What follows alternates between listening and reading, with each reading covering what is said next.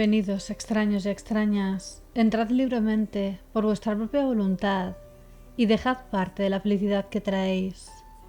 Mi nombre es Estela Nayad y hoy vamos a hablar del caso del fatídico accidente del vuelo 571 que inspiró la película La Sociedad de la Nieve y la también conocida Viven. Un caso estremecedor de supervivencia y una historia sobrecogedora. ¿Intrigados? Acompañadme en esta misteriosa historia. Pero antes no olvidéis suscribiros a mi canal para ver más vídeos como este, dadle a la campanita de notificaciones para que os avise cuando subo un nuevo vídeo y seguidme en mis redes sociales. Bajad las luces, subid el volumen y ahora sí, comenzamos. La Sociedad de la Nieve, el caso real del fatídico accidente del vuelo 571. En un día que comenzó como una odisea entre amistad y aventura, un grupo de jóvenes rugbistas emprendió un vuelo que los llevaría a jugar un amistoso partido en Chile. Sin embargo, el azar tenía preparado un giro inesperado y cruel para los jóvenes uruguayos. Una agresiva tormenta desvió el rumbo de la aeronave, llevándolos a estrellarse contra la inhóspita cordillera de los Andes. Aislados en un paisaje despiadado y desprovistos de recursos esenciales, los supervivientes se vieron perdidos en manos de un dios al que creían piadoso. Se enfrentaron no solo al hambre y al frío extremo, sino también a una elección imposible: enfrentar las condiciones desafiantes o ceder al desdén. Una historia de coraje, compañerismo, esperanza y desesperanza, el ser humano llevado a su mismo límite. Pero empecemos por el principio. El equipo de rugby uruguayo Old Christians Club tenía un partido pendiente contra el Old Granonian en Santiago de Chile. Debido a esto debían trasladarse para allá en el mes de octubre de 1972 y no podían tener más ganas. Fue el presidente del equipo, Daniel Juan, quien había seleccionado el avión para emprender el viaje. Este provenía de la Fuerza Aérea Uruguaya. El avión era un Fairchild FH-22-7D, bimotor. Solo tenía 4 años y no se le conocían problemas mecánicos. El coronel Julio César Ferradas, con sus 5.117 horas de vuelo, era un piloto muy experimentado. Estaba entrenando en este vuelo al teniente de coronel Dante Héctor Laguara, que tenía poca experiencia, así que le dejó pilotar para que aprendiera. Cuando el equipo por completo estaba ya con sus asientos asegurados, aún quedaban 10 plazas libres, así que invitaron a algunos familiares a acompañarles. Uno de los jugadores canceló el vuelo en el último momento, así que vendieron su asiento a una mujer llamada Graciela Mariani, para que pudiera asistir a la boda de su hija. El vuelo 571 despegó del Aeropuerto Internacional de Carrasco, el principal aeropuerto internacional de Uruguay, situado en el barrio de Carrasco de Montevideo. Comenzó su vuelo el 12 de octubre de 1972, pero acabó aterrizando de emergencia durante la noche en Mendoza, Argentina. Hubo una fuerte tormenta en la zona de los Andes, así que no pudieron completar el viaje aquel día. En la mañana del día 13, las condiciones meteorológicas no habían mejorado, pero se esperaba que fuesen más propicias a primera hora de la tarde. Los pilotos habían retrasado el momento de reanudar el viaje porque estaban seriamente preocupados por la peligrosa meteorología. Seguían oyendo informes de fuertes turbulencias a lo largo de la ruta de vuelo que iban a recorrer, pero entonces hablaron con el piloto de un avión de carga que acababa de hacer el viaje.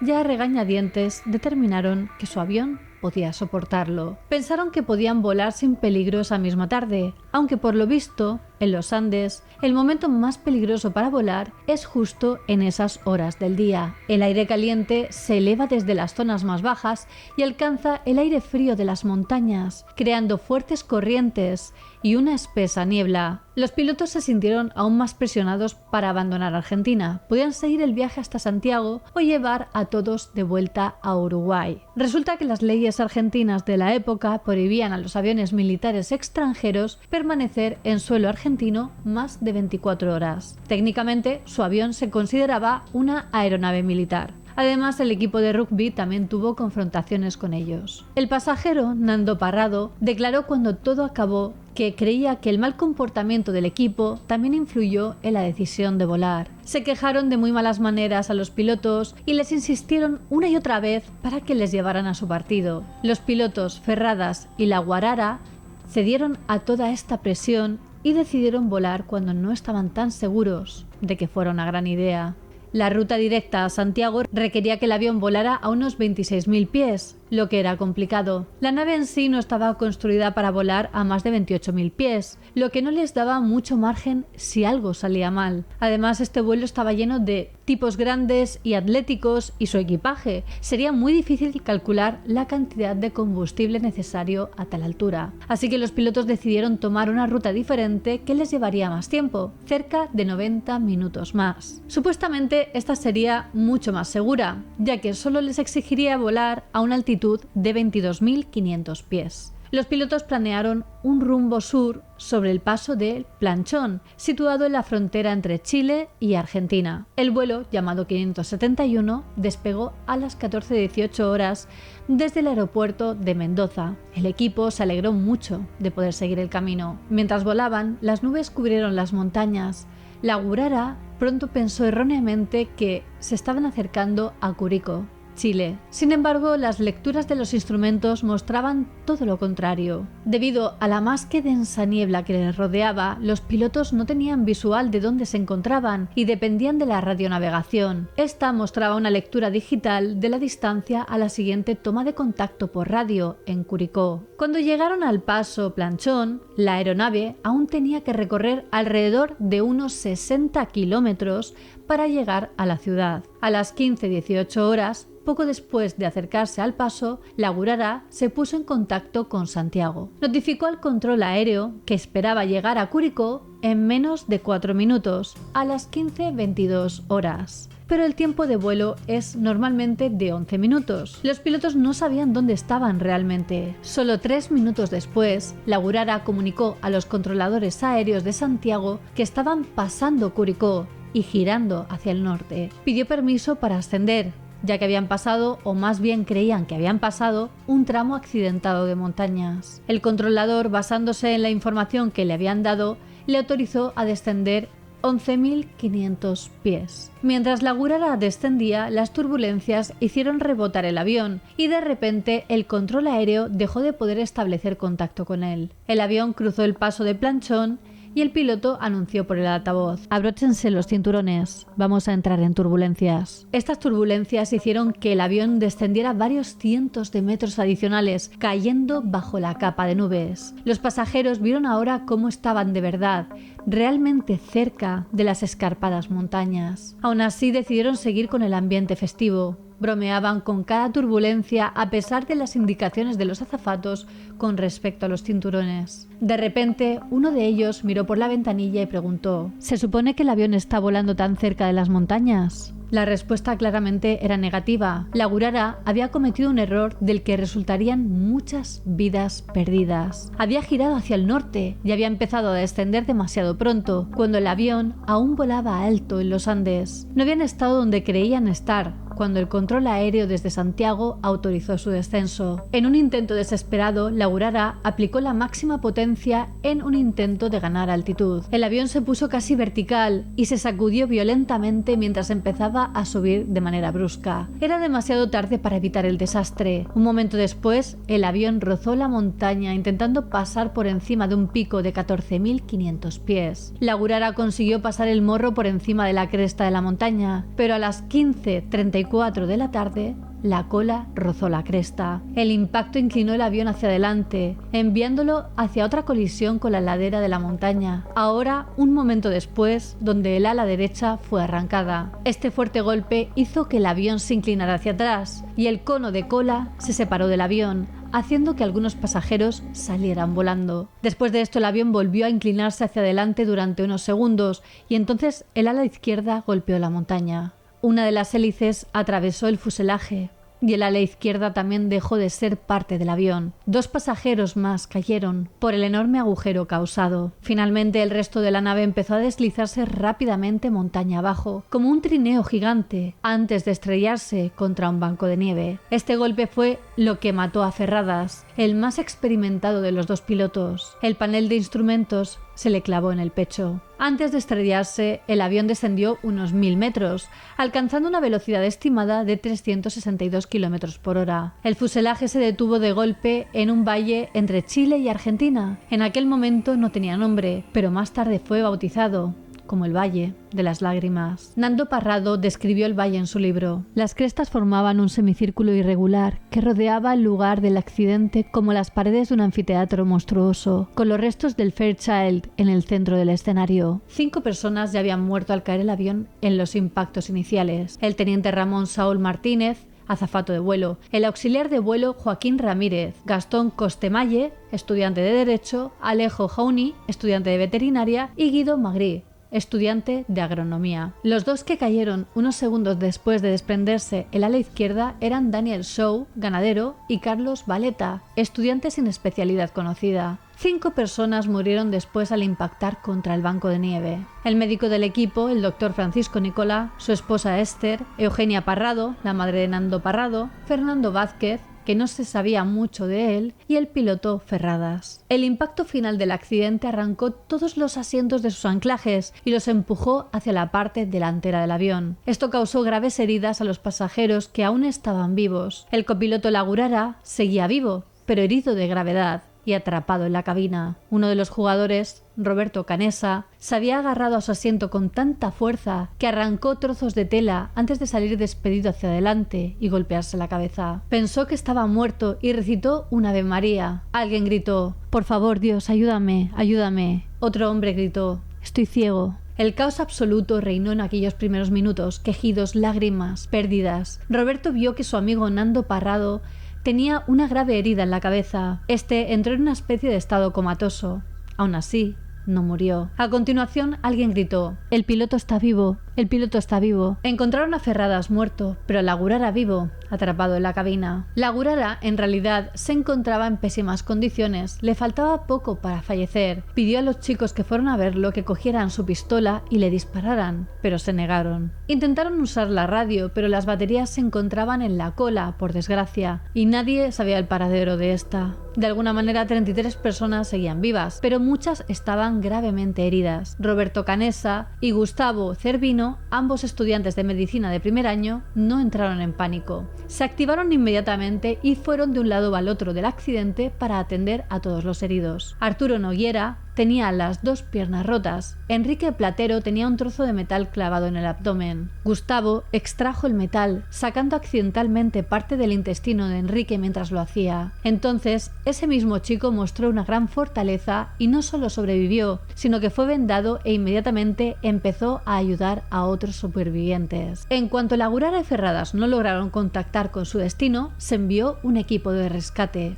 Los rescatistas pronto se dieron cuenta de que el lugar en el que creían que se encontraba el avión la última vez que habían contactado era incorrecto. El Servicio de Búsqueda y Salvamento Aéreo de Chile, SARS, recibió en menos de una hora el aviso de que el vuelo había desaparecido. 4 aviones buscaron hasta el anochecer. Hasta las 18 horas, la noticia de la desaparición del vuelo llegó a los medios de comunicación uruguayos. Los oficiales del SARS escucharon la transmisión de radio y llegaron a la conclusión de que el avión había descendido en una de las zonas más remotas e inaccesibles de los Andes. Supusieron que no habría supervivientes entre el impacto y las duras condiciones de la zona. Llamaron al Grupo de Rescate de los Andes de Chile, CSA, para que realizaran esfuerzos adicionales de rescate. Al caer la tarde, el capitán del equipo, Marcelo Pérez, asumió rápidamente el liderazgo para asegurar la supervivencia del equipo mientras esperaban el rescate. Marcelo mantenía a la gente tranquila y era organizado. Delegaba tareas para que todos pudieran superar los primeros días. Insistió en dormir en la sección más fría del avión y pidió a todos los que no estuvieran heridos que hicieran lo mismo. Obligaba a la gente a mantenerse ocupada cuando lo que querían era tumbarse y sumirse en el desasosiego. También se encargaba de racionar la comida. Nando Parrado describió más tarde sobre sus escasas raciones. Cada comida no era más que un cuadradito de chocolate o una pizca de mermelada, regados con un sorbo de vino servido en un tapón de lata de aerosol. Marcelo intentaba levantar el ánimo de la gente asegurándoles que Dios no les haría sufrir para luego darles la espalda. Esa misma noche, el copiloto Lagurara, los jugadores Francisco Abal, Felipe Maquirrián y Julio Martínez Lamas y la tripulante sorpresa Graziella Mariani murieron a causa de diversas heridas. Ahora solo quedaban 29 supervivientes de los 45 originales. Uno murió bien entrada la noche. así que el número bajó a 28. Los pasajeros restantes quitaron los asientos del interior del fuselaje para hacer un refugio. Casi 30 personas durmieron en un reducido espacio de 8 por 10 metros, rodeados de cuerpos, ya que aún no les había dado tiempo de sacarlos de allí. Utilizaron el equipaje y los asientos para cerrar el agujero por donde se desprendió la cola y así resguardarse del frío. El superviviente, Eduardo Strauch, describió la primera noche. Teníamos un espacio muy pequeño. Éramos 29 personas al principio y no teníamos ropa de abrigo ni agua. Derretimos nieve.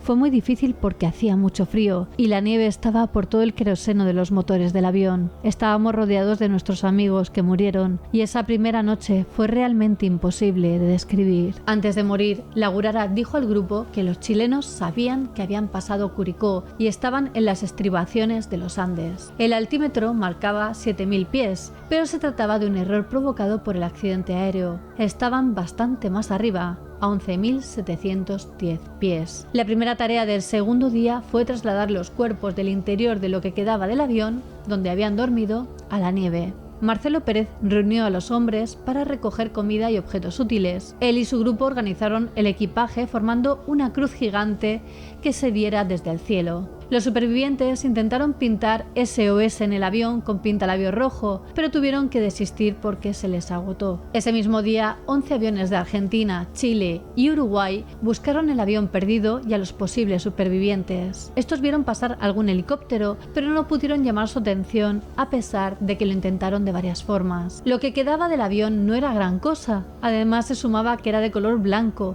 Entre tanta nieve sería muy difícil de localizar. Aún así, todos esperaban que los helicópteros volvieran al día siguiente y los vieran por fin. Ya casi no tenían nada para comer. Se suponía que el vuelo solo duraría 2 horas, así que nadie metió en el equipaje comida. Tenían vino, chocolatinas, una lata de mejillones, pasta de dientes, unos cacahuetes de chocolate y algo de mermelada. Se acabaron estas escasas raciones en aproximadamente una semana, sin comer bien en días, muy pronto.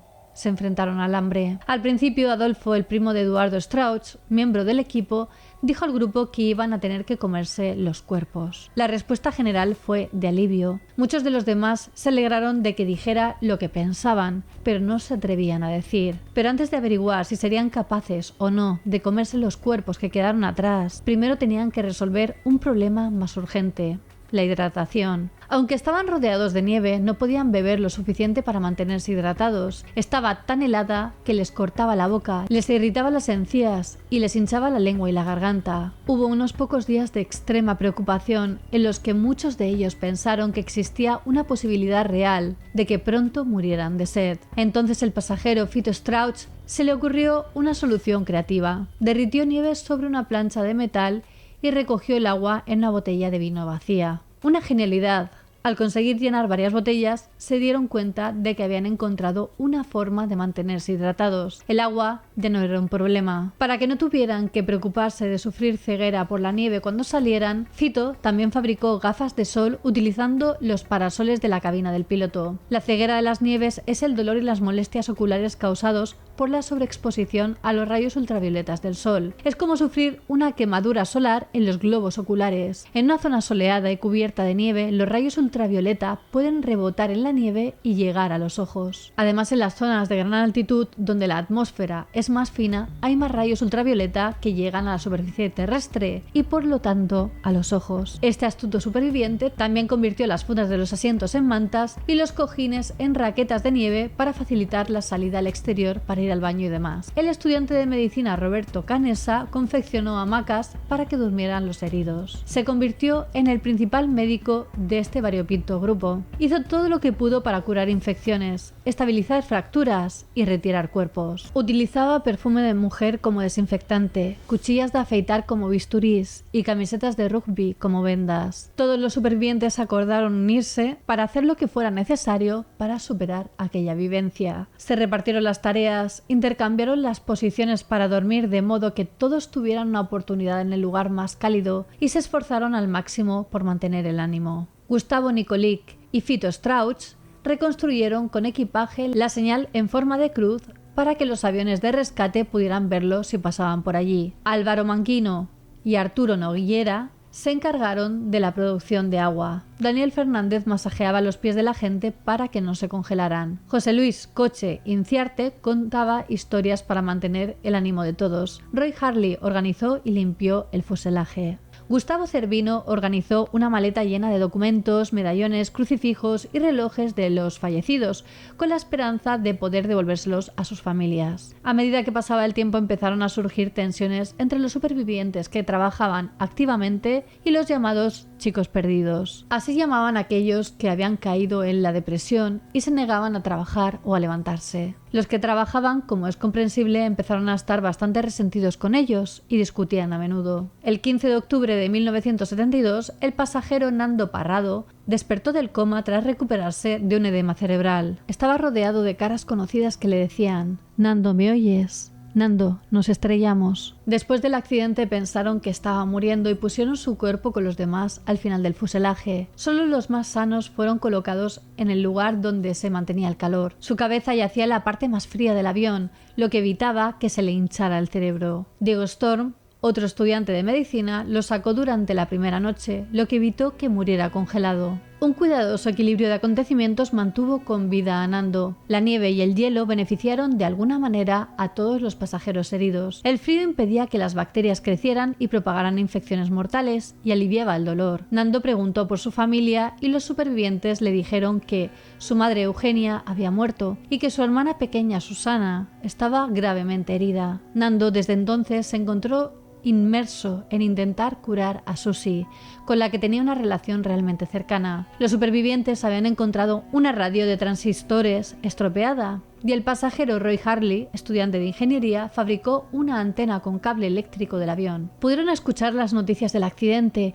y cómo todo el mundo les daba por muertos. Intentaron comunicarse por radio, pero era imposible. El 16 de octubre, 4 supervivientes decidieron hacer una caminata expiatoria para conocer el terreno e intentar entender el medio. Fito Strauch, Numa Turcati, Carlitos Páez y Roberto Canessa emprendieron el complicado viaje. Fueron observando mediante avanzaban que estaban rodeados por más y más montañas, cada una más alta que la anterior. Sus ánimos caían y caían. El paraje era demasiado desolador como para que un rayo de esperanza los iluminase con la posibilidad de ser rescatados. Nando escribió más tarde sus pensamientos en su libro Milagro en los Andes, 72 días en la montaña y mi larga travesía, publicado en el 2006. Los 4 que habían subido eran los más fuertes y sanos de entre nosotros, y la montaña los había derrotado con facilidad, pero no acepté esta derrota, que no podíamos escapar de este lugar, que ya estábamos muertos. En lugar de eso me dije que eran blandos, que tenían miedo, que se habían rendido con demasiada facilidad. La montaña no me parecía tan traicionera.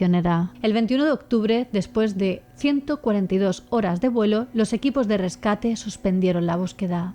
Anunciaron planes para buscar los cuerpos en diciembre, cuando el verano llegara en los Andes y parte de la nieve se hubiera derretido. Según Eduardo Strauch, la noticia fue absolutamente devastadora para ellos. Se sintieron abandonados y muy enfadados con todo y con todo el mundo. Roberto recuerda que se sentía como si estuvieran atrapados en una prisión, pero luego pensó que la prisión sería incluso mejor que eso. Este también recordó cómo uno de los chicos le comentó que la noticia no era tan mala como ellos suponían. En ese momento ya no tenían que esperar a que nadie les rescatase, tenían que buscar la forma de salvarse a ellos mismos. También el día 21, la hermana pequeña de Nando, Susie, murió a causa de sus mortales heridas. El 22 de octubre habían pasado ya 9 días desde el terrible accidente que aisló el grupo. Fue ahí cuando los supervivientes comieron por primera vez carne humana, por pura necesidad. Estaban empezando a morir de hambre. Toda su comida se había acabado en una semana. Cuando la comida se acabó, los pasajeros intentaron comer el cuero y el algodón de los asientos,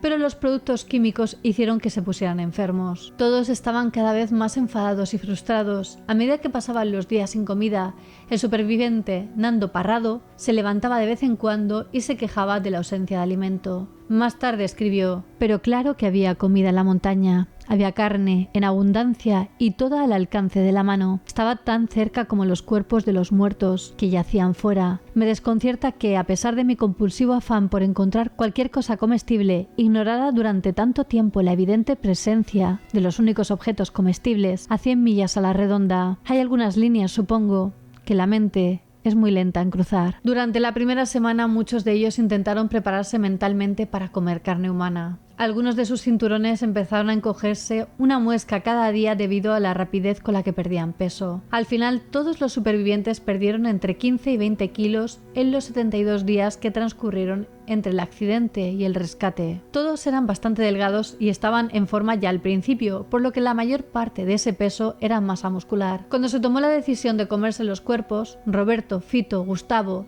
y Daniel Maspons estaban de pie junto a los cuerpos de Lagurara y Ferradas. Dijeron que los eligieron porque no los conocían muy bien y pensaron que lo más fácil sería comérselos primero. Roberto, de solo 19 años, fue el primero en hacer un corte en carne humana. Más tarde declaró al Independent: colocamos las finas tiras de carne congelada sobre una chapa. Cada uno de nosotros consumió finalmente su trozo cuando pudo soportarlo. Cada uno tomó su decisión a su debido tiempo. Y una vez tomada, era irreversible. Fue nuestro último adiós a la inocencia. Roberto también fue el primero en probar un bocado de carne humana. Su madre le había dicho que si uno de sus hijos moría antes que ella también moriría. Se acordó de esta frase para encontrar las fuerzas de alimentarse, para tener más posibilidades de seguir vivo y no romperle el corazón a su madre. Una vez que comió la carne y no pasó nada, se sintió mejor. Dijo que el sabor era como el de cualquier otra carne cruda. Nando también aceptó comer la carne, pero insistió en proteger los cuerpos de su madre y de su hermana. No comería de sus cuerpos y tampoco lo haría nadie más. Más tarde, Roberto dio a National Geographic más de sus pensamientos sobre esta situación. Canibalismo es cuando matas a alguien, así que técnicamente esto es lo que se conoce como antropofagia. He tenido estas discusiones durante 40 años. Me da igual.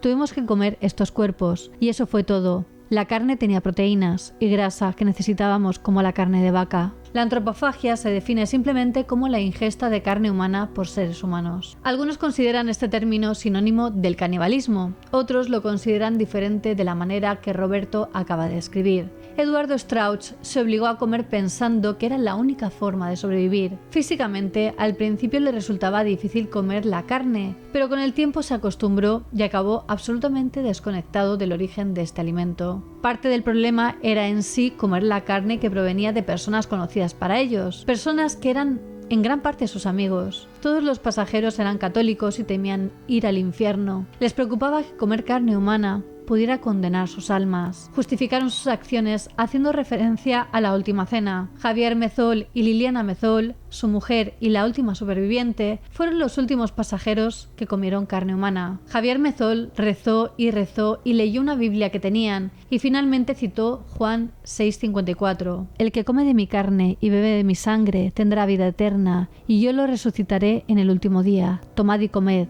Esto es mi cuerpo. Finalmente consiguieron pasar el bache psicológico y entre ellos existían ciertos pactos donde algunos incluso accedieron en vida que consumieran su cuerpo si morían. El 23 de octubre, Gustavo Cervino, Numa Turcati y Daniel Maspons emprenden una segunda caminata. En el camino descubrieron más restos del avión siniestrado y 5 cuerpos de otros pasajeros. También calcularon mal el tiempo que les llevaría la caminata y se vieron obligados a dormir a la intemperie sin protección. Casi mueren congelados. Para colmo, el día era muy soleado y Gustavo se quedó ciego al exponerse a la nieve. Tenía los ojos hinchados y rojos y decía que sentía como si tuviera arena y agujas en los ojos. Pasó tanto frío ahí fuera y tembló tanto que se le cayeron algunos dientes de tanto castañear. Cuando volvieron, Roberto tuvo que masticar y deshacer la carne antes de dársela a comer. El 29 de octubre, justo cuando la tripulación probablemente pensó que la situación no podía empeorar, otra tragedia golpeó al grupo. A las 4 de la tarde del día 29, el grupo se metió en el fuselaje para pasar la noche a causa del frío y la nieve.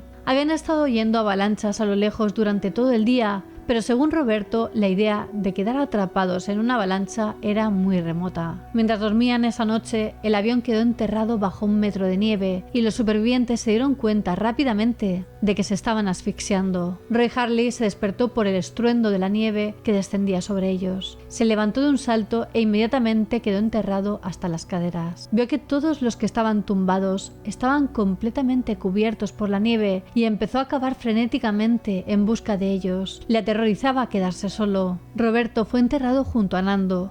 recuerda que se sentía asfixiado por la nieve. No podía respirar, ni ver, ni oír, hasta que alguien le apartó la nieve de la cara. Rápidamente se liberó y ayudó a desenterrar a los demás. Nando Parrado encontró un palo de metal y consiguió hacer un agujero en el techo para dar algo de ventilación. 8 personas más murieron: Enrique Platero, Liliana Mézol, Gustavo Nicolic, Daniel Maspons, Juan Menéndez, Diego Storm, Carlos Roque y Marcelo Pérez. Del avión de 45 personas solo quedaban 19 supervivientes. Esa misma noche se produjo una segunda avalancha, pero el avión quedó lo suficientemente enterrado como para que la nieve se deslizara y no causara más daños. El 31 de octubre, en Halloween, después de 2 días atrapados en el fuselaje, los supervivientes cavaron un agujero desde la cabina del piloto hasta la superficie, escapando finalmente del avión. Salieron sentándose en la silla del capitán y pateando por turnos el parabrisas. Un hombre consiguió romperlo y cavó en la nieve para salir. Fuera se encontraron con una dura ventisca y se vieron obligados a regresar a su gélido escondite. Durante 3 días estuvieron atrapados, enterrados en la nieve y rodeados de los cuerpos que fallecieron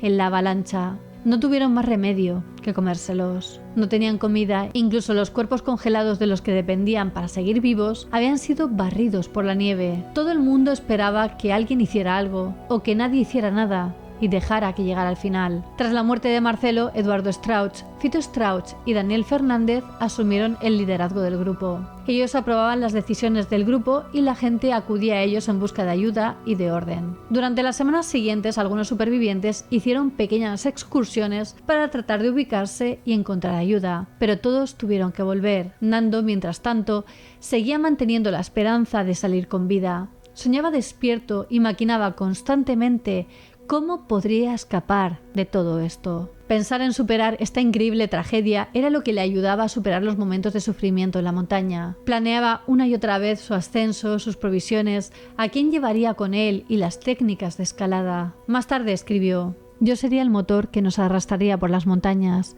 El espíritu irascible de Roberto sería el embrague que me impediría acelerar sin control. Sabía que Roberto me haría más fuerte y mejor en el viaje. Era a él a quien necesitaba a mi lado. Finalmente compartirá su plan con el resto del grupo y este plan se convertiría en su última esperanza. Después de casi 60 días de estar constantemente pensando en sobrevivir, Nando y Roberto conseguirían ayudar o morirían en el intento. Todos acordaron en ayudar a preparar el viaje que iban a realizar estos 2 compañeros más otros 3 que irían con ellos. Nando prometió que para la época de Navidad los tendría a todos en casa celebrando haber superado este traumático episodio. El grupo eligió a Numa Turcati, Antonio Tintín Vicintín y Fito Strauch para que acompañaran a los 2 expedicionarios originales de la gran escapada. Estos hombres recibieron las mayores raciones de comida y las ropas más abrigadas y no tuvieron que realizar ningún trabajo manual para poder fortalecerse. Roberto instó al grupo a esperar a que subieran las temperaturas antes de salir.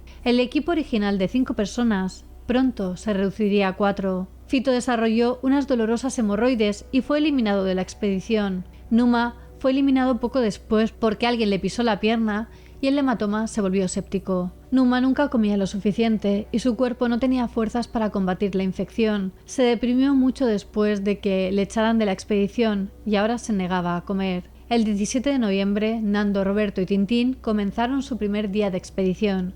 Salieron a las 8 de la mañana. Al principio pensaron que la salida a las montañas solo les llevaría de 3 a 4 días. Tras unas horas de excursión encontraron la cola del avión y se sorprendieron. Pensaban que la cola estaba mucho más lejos. Dentro de unas maletas encontraron chocolatinas, empanadas viejas, ron, cigarrillos, ropa, tebeos, medicinas y una cámara con la que hicieron algunas fotos. Nando se llevó la cámara porque pensó que si no salían vivos, alguien podría encontrar la cámara y revelar el carrete. Así ellos no caerían en el olvido absoluto. También encontraron baterías de radio intactas y sin daños. Acamparon dentro de la cola, comiendo la comida, leyendo tebeos y disfrutando del calor de poder por fin encender un fuego. Ese mismo día, el pobre pasajero Arturo Noguera falleció en el campamento debido a sus heridas. El 18 de noviembre, el grupo de 3 salió para el segundo día de su expedición. No calcularon bien el tiempo. Se vieron obligados a acampar al aire libre. Cavaron una trinchera en la nieve, pero no fue suficiente. Durmieron lo más juntos que pudieron y se golpearon constantemente los brazos y las piernas para mantener la sangre fluyendo. Roberto insistió en que volvieran a la cola, quitaran las baterías y regresaran al fuselaje para poder encender la radio y pedir ayuda.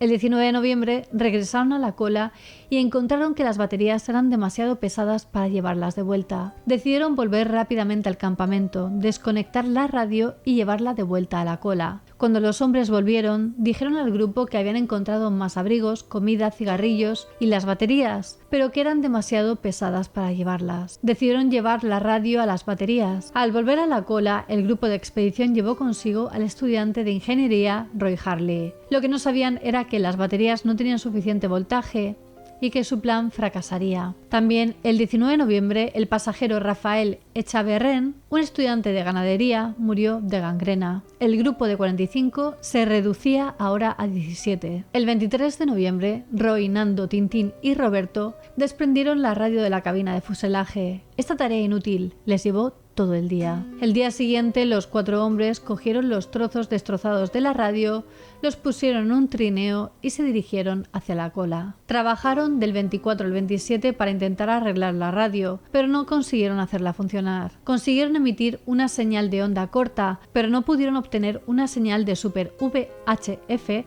para comunicarse realmente con aviones lejanos. Solo oían estática. El 29 de noviembre fue la última noche de los hombres durmiendo en la sección de la cola. Encontraron tela aislante que más tarde usarían para hacer un saco de dormir. Esto haría posible una caminata posterior fuera de la montaña. Su viaje de regreso a la cola no fue en vano. 24 horas después, los hombres comenzaron la caminata de regreso al campamento. En el camino de vuelta, Nando, Roy, Roberto y Tintín quedaron atrapados en otra ventisca. Roy Harley se acostó para morir. Ya había tenido suficiente. Roy y Nando se habían quedado atrás en la ventisca, mientras Roberto y Tintín caminaban delante de ellos. Roy estaba demasiado débil para caminar y le dijo a Nando que le dejara. Nando se alejó al principio, pero entonces el enfado le hizo volver. Cayó sobre Roy y le dio un puñetazo e insultándole le urgió a que se levantara o le mataba ahí mismo. Funcionó. Todos volvieron con vida. Nando insistió en que el grupo debía de enviarle a él y a otros a buscar ayuda, pero nadie quería ir con él por segunda vez. Siguió insistiendo y acabó convenciendo a Roberto y a Tintín. Los supervivientes crearon un saco de dormir para que los hombres pudieran sobrevivir durmiendo a la intemperie. Utilizaron aislante de la cola, alambre de cobre y tela impermeable para hacer un saco de dormir gigante en el que pudieran dormir los 3 hombres. Carlitos Páez empezó a coserlo y enseñó a Coche Inciarte, Gustavo Cervino, Fito y Fito Strauch a coser con él. El 8 de diciembre el grupo escuchó en su radiotransistor que la Fuerza Aérea Uruguaya iba a comenzar a buscarlos nuevamente con helicópteros el 10 de diciembre a las 7 de la mañana. Esto causó mucho debate entre el grupo sobre si intentar o no otra caminata. Roberto y Nando se pelearon por esto. Roberto quería esperar a los equipos de rescate. Nando le dijo: «Me voy el 12 de diciembre por la mañana. Si no estás listo, me iré sin ti». Nando, tras discutir algo más, consiguió que no solo Roberto accediera a aventurarse con él, sino también Tintín. El día 11 de diciembre, tras estar durante 60 días en ese paraje, Numa Turcati murió de inanición. Había empezado a negarse a comer carne humana. Los 16 supervivientes restantes estaban devastados por la pérdida. Era uno de sus mejores amigos y una fuente de positivismo para todos ellos. Tras la muerte de Numa, Roberto y Tintín se resistían a salir. Querían esperar al helicóptero. Muchos miembros de su grupo estaban a unas semanas como mucho de morir, y si el helicóptero no los encontraba, era una sentencia de muerte. La caminata era lo único que podían controlar y la única esperanza del grupo. El 12 de diciembre de 1972, Nando, Roberto y Tintín emprendieron la marcha para conseguir ayuda o morir en el intento. No tenían mapa, ni provisiones, ni experiencia en escalada, pero estaban decididos. También estaban aterrorizados. Según Roberto, la decisión de abandonar su nuevo hogar fue más difícil que la de comer carne humana. Salieron a las 7 de la mañana para aprovechar la nieve helada. Llevaban varias capas de ropa, raquetas de nieve caseras, bastones metálicos y cuerda. Nando llevaba 3 pares de vaqueros, 3 jerseys, un suéter y 4 calcetines envueltos en bolsas de plástico. Caminaron hasta aproximadamente el mediodía, cuando tuvieron que parar para ponerse las raquetas porque la nieve helada empezaba a ablandarse un poco. Continuaron todo el día hasta que los vientos helados hicieron que se sintieran casi congelados. Decidieron parar y montar el campamento, que no era gran cosa, básicamente solo un gran saco de dormir casero. Los 3 hombres lo probaron ansiosamente, esperando a ver si les mantenía lo suficientemente calientes como para sobrevivir aquella noche. Los hombres tuvieron que escalar desde una altura de 4.000 metros hasta un pico de 5.000 metros y luego, en los días siguientes, descender a los valles de abajo. La caminata era casi una pendiente vertical recta. Tenían que parar cada pocos metros para recuperar el aliento. Los expertos en alpinismo recomiendan que los escaladores no asciendan más de 300 metros al día para dar tiempo a sus cuerpos a adaptarse. Roberto, Nando y Tintín subieron el doble en una mañana y siguieron esforzándose a pesar del agotamiento y el mal de altura. Nando escribió: «Sabía que estábamos caminando hacia la muerte, pero no podía detenerme. Se nos acababa el tiempo y cuando más débil me sentía, más desesperado estaba por seguir avanzando. Mi dolor, mi cuerpo ya no importaban, ahora solo eran un vehículo. Me reduciría a cenizas si fuera necesario para volver a casa». La caminata fue extremadamente difícil. Desde el punto de vista físico, antes de partir, un superviviente le dijo a Roberto: «Tus piernas pertenecen al grupo, no a ti mismo». Esto le inspiró a seguir adelante, porque sabía que tenía a 13 personas esperándole. Cuando sentía que no podía dar un paso más, se daba ánimos a sí mismo. La única razón por la que los hombres fueron capaces de hacerlo fue por la pura fuerza de voluntad. Estaban helados, hambrientos y exhaustos. Solo trajeron una provisión de carne para 3 días envuelta en un calcetín. Pensaban que estaban mucho más cerca de Curicó de lo que realmente estaban. Tampoco pudieron mantenerse sobre la nieve como esperaban con sus raquetas. Todos los hombres terminaron caminando con nieve hasta las caderas, con Nando a la cabeza. Cada noche de caminata, su saco de dormir conservaba el calor justo para evitar que murieran congelados. El segundo día de esta excursión, Roberto quiso dirigirse hacia el este, porque creyó ver un camino. No se enteraría hasta mucho más tarde que realmente vio una carretera. Él y Nando tuvieron una discusión sobre qué camino tomar y no pudieron tomar una decisión. El 14 de diciembre, Roberto se quedó en el campamento para reflexionar sobre qué harían. Nando y Tintín llegaron a la base de una pared vertical de 300 pies. Nando decidió que iba a escalar la pared o morir en el intento.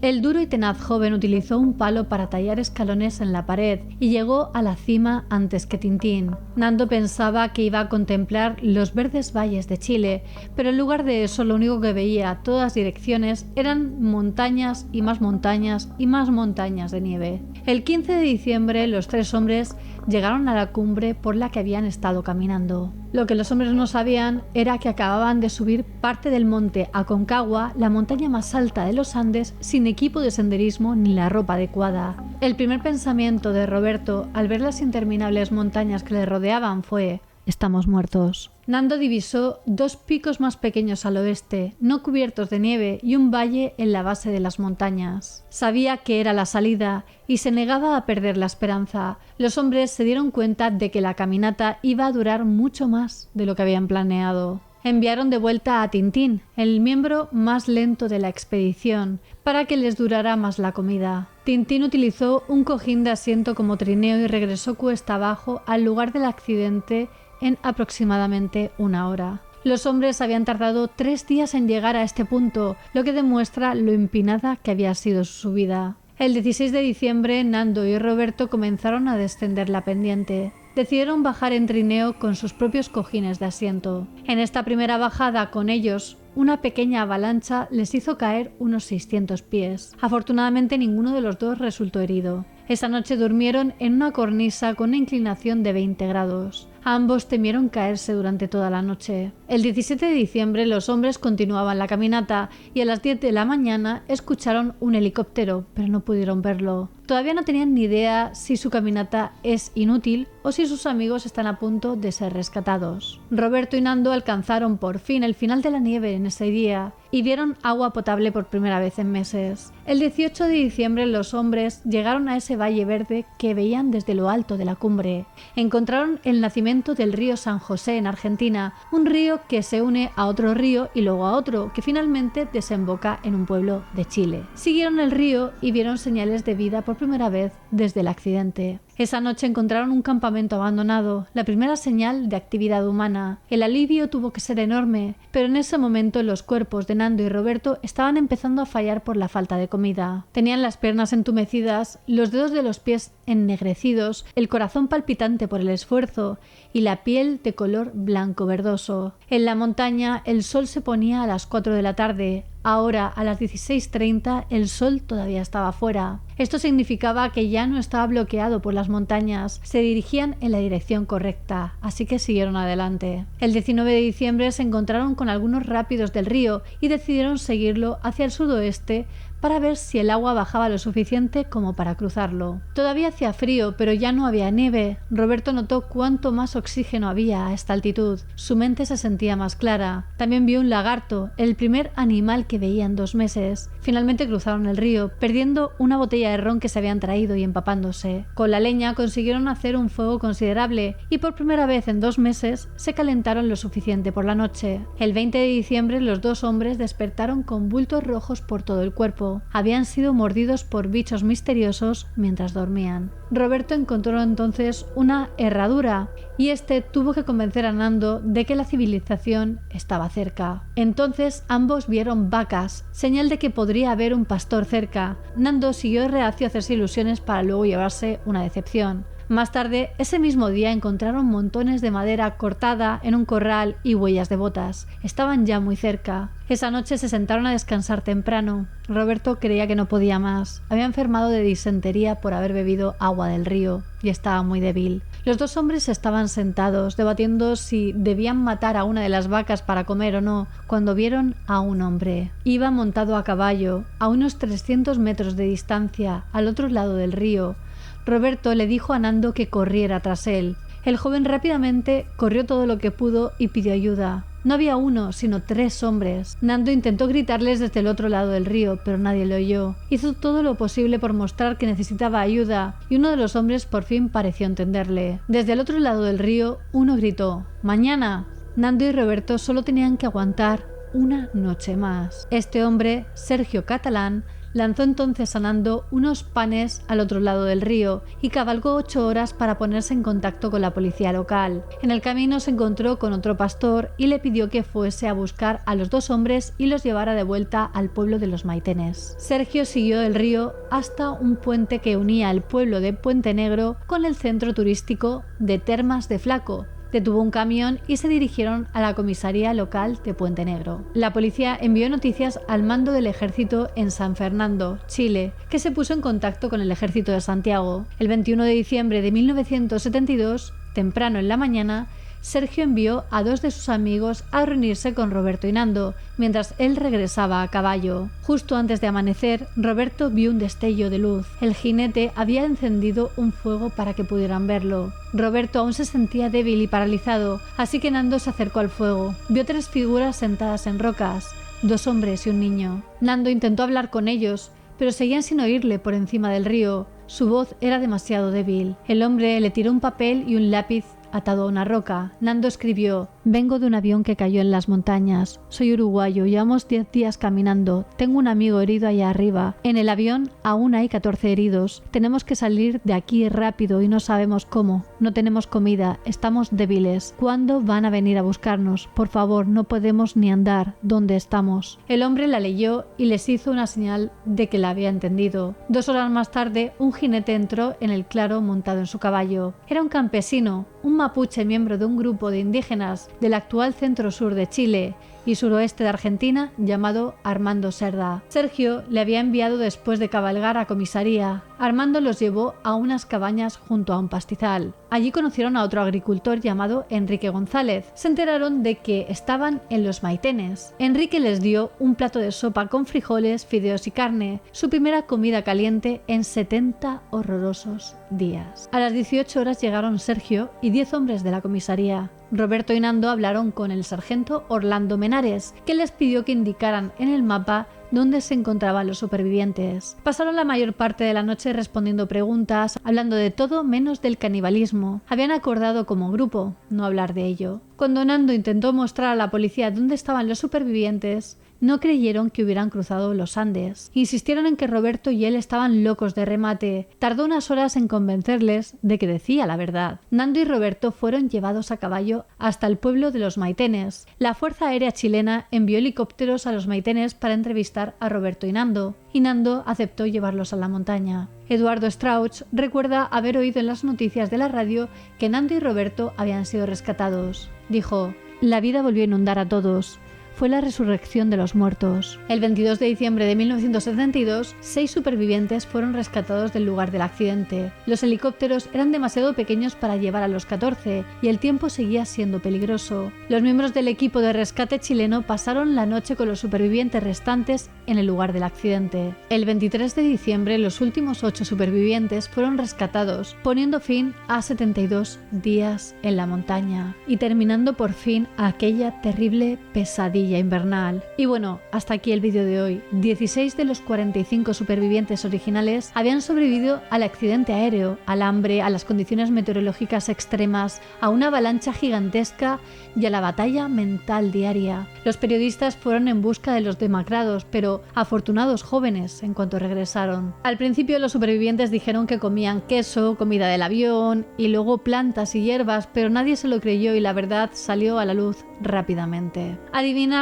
que los miembros del equipo de rescate probablemente se dieron cuenta de que habían comido cuerpos cerca de los restos del avión. Cuando Roberto volvió a casa, sintió que era su deber visitar a los padres de los muertos y contarles exactamente lo que había ocurrido. Nando también les llevó cartas escritas por sus amigos que contenían sus últimos pensamientos. El cuerpo de Socorro Andino tomó unas fotos de una pierna medio carcomida y estas fueron publicadas en 2 periódicos chilenos. Esto provocó un gran revuelo, además de indignación pública y acusaciones de asesinato. 2 días después, el 28 de diciembre, los supervivientes dieron una conferencia de prensa en el colegio Stella Maris de Montevideo, Uruguay. Cada vez más titulares afirmaban que los hombres asesinaban por su comida y ellos querían corregir esos rumores. Alfredo Delgado habló en su nombre y dijo que sus actos eran como la última cena. También explicó el pacto que habían hecho. Y después de esto y de que la gente empezara a entender realmente el infierno en vida por el que pasaron estos hombres, la reacción pública desapareció. La Iglesia Católica también los absolvió públicamente de toda culpa. El 18 de enero de 1973, 12 oficiales y un sacerdote fueron trasladados al lugar del accidente para hacer una fosa común para los muertos. No se permitió a las familias asistir a la bendición del lugar, era demasiado peligroso. No querían arriesgarse a más muertes en el Valle de las Lágrimas. La inscripción en la placa del lugar de su tumba dice: «El mundo de sus hermanos uruguayos cerca. Oh Dios, de ti». En 2012, el 40 aniversario del accidente, los Old Christians jugaron contra el Old Granonian, el equipo al que debían de enfrentarse en 1972. El partido terminó en empate a 1. Ese partido realmente se jugó. El empate no fue pactado. Se notaba que ambos equipos no iban a por todas. ¿Y vosotros qué pensáis? ¿Creéis que habréis hecho todo lo que hicieron estos hombres para sobrevivir? Decídmelo en los comentarios. Os recuerdo que ya tenéis disponible a la venta mi libro Monstruos Criminales, donde aparecen los casos criminales más bestias de la historia. Os he dejado también los links de mi equipo de grabación en la descripción por si os interesa conocer mi set de rodaje. Quería agradecer a mis mecenas de Patreon por el apoyo que me brindan. Sin vosotros no sería posible. Si vosotros también queréis apoyarme, os dejo el link a Patreon en la descripción, donde también podréis ver los beneficios de cada nivel. Y quería hacer una mención especial a los miembros de la Orden del Dragón: Alejandro Rebón Portillo, Yolani Olano, Tristania Wolf, Keymaster y José Antonio Esteve. Muchísimas gracias por vuestro apoyo y por ayudarme a seguir creando estos vídeos. Y ya sabéis que aprecio a todos mis extraños y extrañas, ya seáis nuevos o antiguos extraños del canal. Como siempre, me ayuda mucho que si os ha gustado el vídeo lo compartáis en vuestras redes sociales. Dale a like, así sabré que queréis que haga más vídeos como este. Suscribíos a mi canal y dadle a la campanita de notificaciones. No olvidéis seguirme en todas mis redes sociales, os las dejo por aquí y en la descripción, especialmente en Instagram, que es donde estoy más activa y subo material muy interesante. Y ahora sí me despido, nos vemos en el próximo vídeo. Recordad que subo nuevos vídeos cada semana. ¡Hasta pronto!